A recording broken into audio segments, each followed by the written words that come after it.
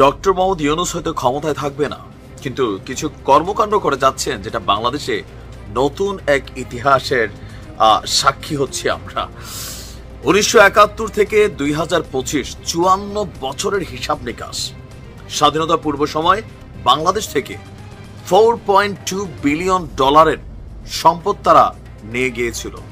এখনো বাংলাদেশে শত শত পাকিস্তানি আপনারা এই দেশে বসবাস করছে, যারা পাকিস্তানে যেতে পারেনি স্বাধীনতার পর। এরকম নানান সমস্যা। 1971 সালের 25 মার্চ থেকে 16 ডিসেম্বর গণহত্যা হয়েছিল বাংলাদেশে।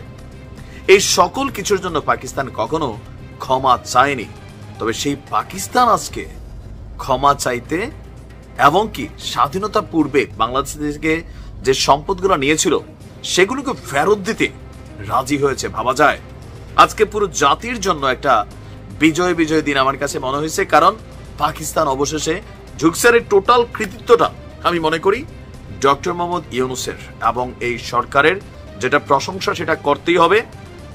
আর পাকিস্তানও হঠাৎ করে কেন এগুলোতে রাজি হয়েছে সেটাও একটু আলোচনার বিষয় আছে। আসুন দেখি মূল ঘটনা কি।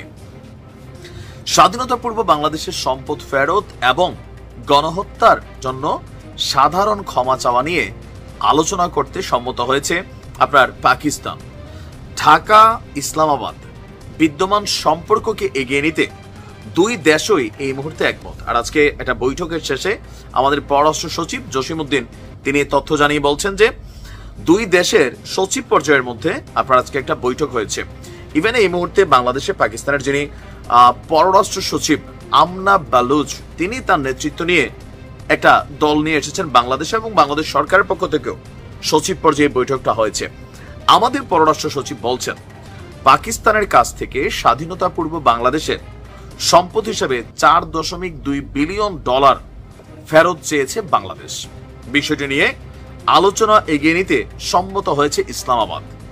এবং বাংলাদেশে এখনো 3,25,000 আটকে পড়া পাকিস্তানি রয়েছে নাকি, তাদেরও নিজ দেশ পাকিস্তানে প্রত্যাবাসনের বিষয়টি নিয়েও আলোচনা হয়েছে দুই দেশের মধ্যে। এছাড়া বৈঠকে দুই দেশই অর্থনৈতিক ও বাণিজ্যিক সম্পর্ক এগিয়ে নেওয়ার ইচ্ছা ব্যক্ত করেছে। খুব শীঘ্রই পাকিস্তানের সাথে বাংলাদেশের সরাসরি ফ্লাইট চালু হবে। জাতীয় স্বার্থের বিষয়টি মাথায় রেখেই পাকিস্তানের সাথে স্বাভাবিক সম্পর্ক রাখার চেষ্টা করছে বাংলাদেশ। তবে তাদের দিক থেকে ঝোঁকার কোনো বিষয় নেই, মানে বাংলাদেশ ঝুঁকবে না। যদি ঝুঁকতে হয় পাকিস্তানকে ঝুঁকতে হবে।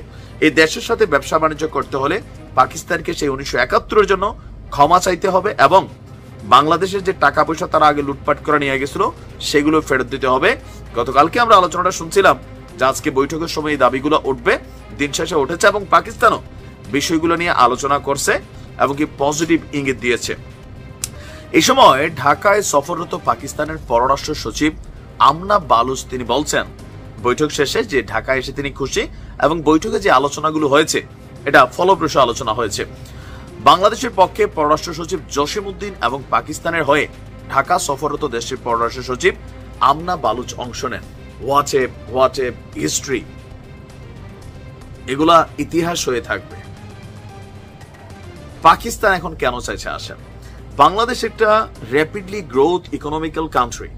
পাকিস্তানের তুলনায় বাংলাদেশের অর্থনীতি অনেক ভালো, জিডিপি ভালো। পাকিস্তানের তুলনায় বাংলাদেশের যে ব্যবসা বাণিজ্যের প্ল্যাটফর্ম, বৈশ্বিক যে কানেক্টিভিটি, সবকিছু অনেক ভালো। আর বাংলাদেশের সে বিশাল ব্যবসার মার্কেটটাকে ব্যবহার করছে ভারত এবং চীন। দীর্ঘদিন যাবৎ বৈরিতার কারণে, স্বাধীনতা যুদ্ধে পাকিস্তানের অবস্থানের কারণে বাংলাদেশ অনেক কিছু থেকে পাকিস্তানকে বঞ্চিত রাখছে। আর পাকিস্তানও বৈশ্বিক ব্যবসার যুগে তারাও চিন্তা করছে তাদের জাতীয় স্বার্থ মাথায় রেখা যে ঠিক আছে ফাইন, এই দেশটাতে আমরাও ব্যবসা বাণিজ্য করবো, তো আমরা এই করি। তারা তাদের স্বার্থে কিন্তু ঝুঁকার চিন্তা নিচ্ছে আমরা না। তবে এটা কখন আসবে, কখন ক্ষমাটা চাইবে, কখন আমাদের টাকাগুলো ফেরত দেবে, সেই সময়টার অপেক্ষায় আছি। আশা করি খুব শীঘ্রই এই কার্যক্রমগুলো বাস্তবায়ন হবে। ভালো থাকুন।